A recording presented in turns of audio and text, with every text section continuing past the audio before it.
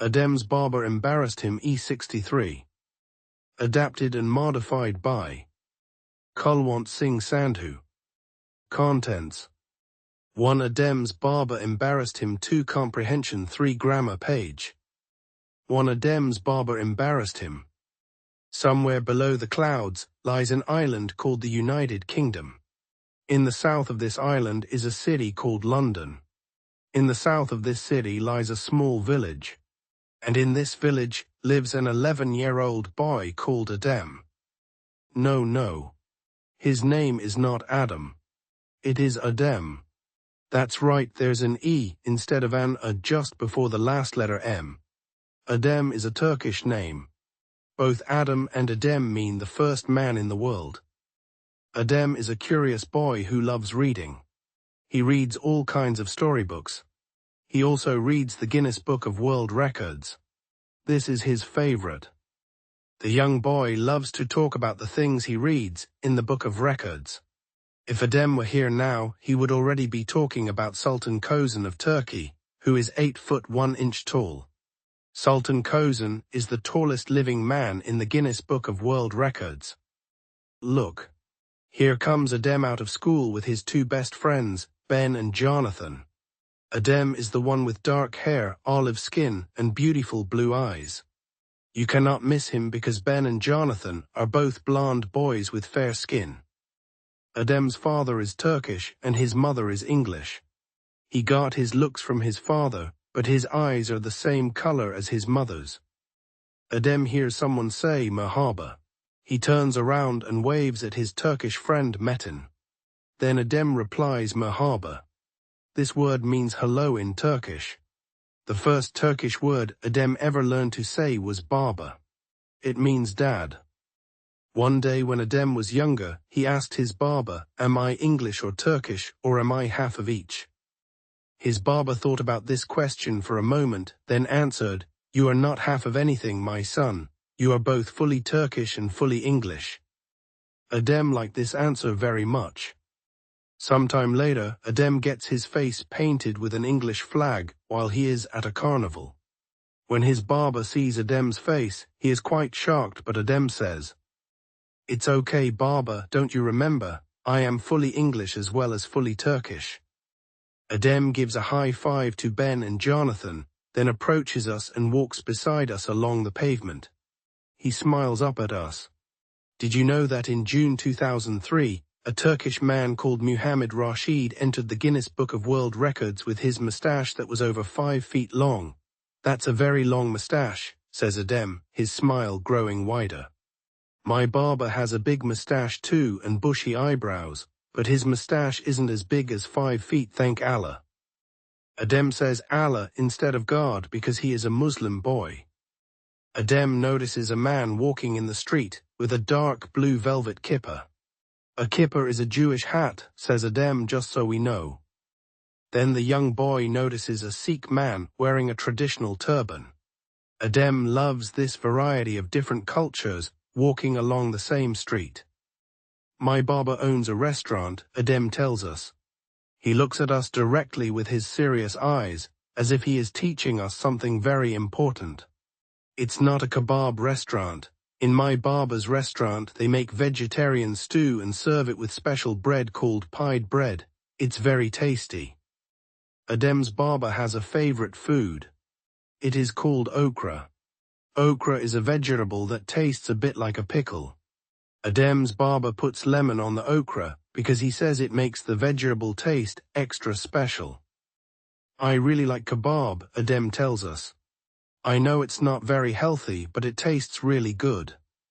Suddenly, the young boy looks a little uncomfortable, as if there is something he wants to tell us. He seems to concentrate, formulating the words in his head.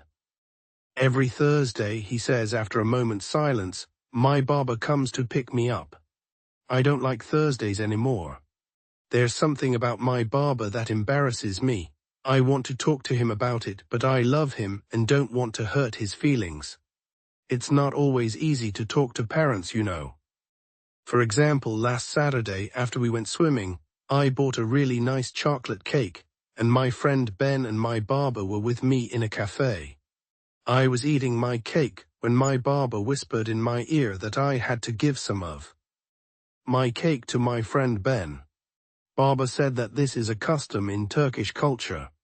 It took me ages to whisper back and explain to my barber that in English culture, it's rude to offer my friend half-eaten cake, as I know he has some money in his pocket, and if he wanted cake, he would buy some for himself. Edem explains that his barber has lived in England for a very long time, but still doesn't have many English friends. The young boy says it's as if his father still lives, as he did in Turkey.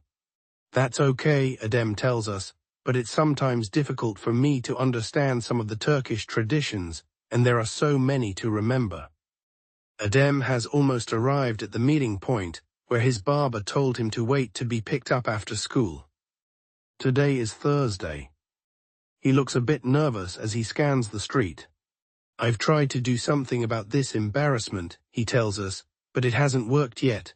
I don't know how to talk to my barber about the way he acts when we're with my friends. Edem stops on the corner. He still looks nervous. This is where my barber picks me up, he says.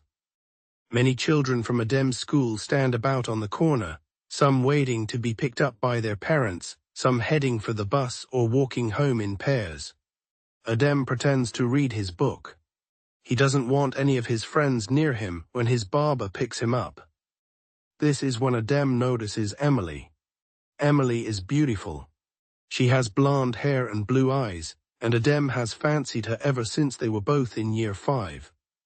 One day, Edem's history teacher placed all the children in pairs for a school project. Edem was paired with Emily. They had to make a Mart and Bailey castle. The best castle would win a prize. So Edem and Emily spent a lot of time together and worked hard on their castle. When the judging day came, they won. That's when the fancying began because Emily hugged Edem. From that moment on, whenever Edem sees Emily, he feels a warm feeling inside. Emily is approaching the corner where Edem waits for his barber. Edem looks very uncomfortable all of a sudden. Oh no, my barber's jeep is coming around the corner. Barber is coming, Emily is coming. Edem exclaims. Edem quickly sits on the floor and pretends to tie his shoelaces, attempting to hide from both his barber and Emily. But it's no use, he can tell his barber has spotted him. The jeep pulls up to the curb, and Edem's barber steps out. Meanwhile, Emily is getting closer, and now she can see Edem and his barber together next to the jeep. Edem's barber smiles, "Are you okay, my big boy?" Edem stands up, and his barber grabs him, giving him a big cuddle and a kiss. "Come on, Edem," says his barber in a cheerful voice, "won't you give me a kiss?" Edem looks around, then quickly kisses his father on the cheek, and jumps inside the jeep before Emily gets closer and laughs at him for kissing and hugging his father when he's a big boy now and wants to seem more grown-up. Father and son don't talk for a couple of minutes as they drive through the busy streets heading home. Barber looks at Edem and asks again, "Are you okay, my son?" "Yes," says Edem, but his voice isn't very convincing. Edem's barber knows his son isn't happy because he knows him well, and they are very close. "Come on," he says, "why don't you tell me what's wrong?" Edem thinks for a while. He knows what to say but doesn't want to hurt his barber's feelings. Eventually, he summons the courage to speak. "Barber, there's something I need to tell you, something that upsets me. There's a person who upsets me. That person is..." "Someone has upset you, tell me who it is," Barber says, concerned. "Well, it's..." "Yes, come on." "Well, is it someone at school, a teacher, a friend, a bully?" asks Barber, clearly worried for his son. "No, Barber." "Who then?" There's a long silence as Barber steers the jeep through the village toward home.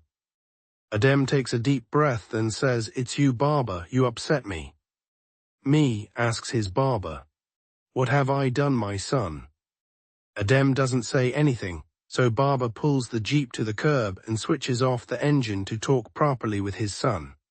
"Tell me, what did I do, Edem?" Edem looks at his barber, at his big bushy eyebrows and the lines that crease his forehead, making him look angry. Edem knows his father isn't angry but upset. He feels bad for making his barber sad, but he gathers all his courage and explains.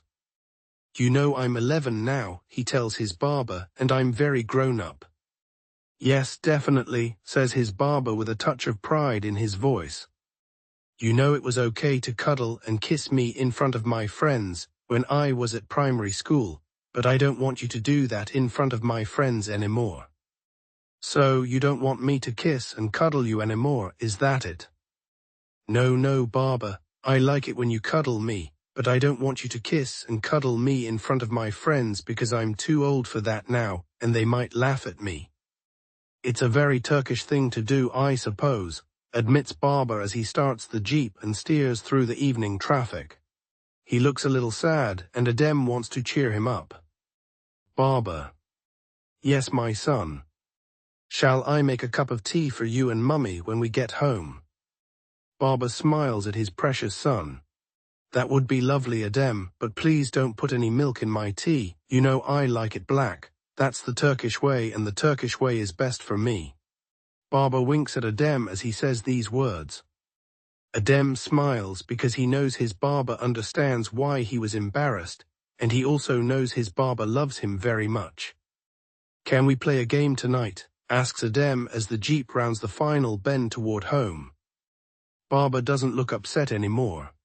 He reaches over, ruffles Edem's hair, and waves a finger at his son. "We can play a game tonight, as long as you don't cheat like you did last night." "I didn't cheat," Edem laughs. "You cheated." Barber and Edem both laugh and continue talking about Edem's day at school, and all the facts he's memorized from his Guinness Book of World Records. From then on, that was the last time Barber embarrassed Edem in front of his friends. But whenever they are playing together at home, Barber often grabs his son, wraps his big arms around him, and teases him that he'll never be too big for a cuddle. To comprehension. Question 1. What is the name of the boy in the story, and how is it different from a similar name? Question 2. Where does Edem live, and what is the name of the city closest to his village? Question 3. What is Edem's favorite book, and what does he like to talk about from it? Question 4. What are the nationalities of Edem's parents, and how does Edem describe his identity? Question 5. What does the Turkish word merhaba mean, and who does Edem say it to? Question 6. What does Edem's barber do for a living, and what kind of food does his restaurant serve? Question 7. Why does Edem feel embarrassed on Thursdays? Question 8. Who is Emily, and why does Edem feel nervous when she approaches while he waits for his barber? Question 9. What does Edem tell his barber about his behavior, and how does barber react? Question 10. How does the story show that Edem and his barber remain close after their conversation? Answers. Answer 1. The boy's name is Edem, and it is different from Adam because it has an E instead of an O before the last letter M. Answer 2. Edem lives in a small village south of London, and the closest city is London. Answer 3. Edem's favorite book is the Guinness Book of World Records, and he likes to talk about records like the tallest man, Sultan Kozan, and the longest moustache. Answer 4. Edem's father is Turkish, and his mother is English. Edem describes himself as fully Turkish and fully English, not half of each. Answer 5. Merhaba means hello in Turkish, and Edem says it to his Turkish friend Metin. Answer 6. Edem's barber owns a restaurant that serves vegetarian stew with pied bread, not kebabs. Answer 7. Edem feels embarrassed on Thursdays because his barber picks him up from school and hugs and kisses him in front of his friends. Answer 8. Emily is a girl Edem likes since they work together on a school project. He feels nervous because he doesn't want her to see his barber hugging and kissing him, as he thinks it makes him look less grown up. Answer 9. Edem tells his barber that he is too old to be hugged and kissed in front of his friends because it embarrasses him. Barber looks sad but understands, agreeing to stop doing it in public. Answer 10. The story shows they remain close because they laugh together, plan to play a 3 grammar page.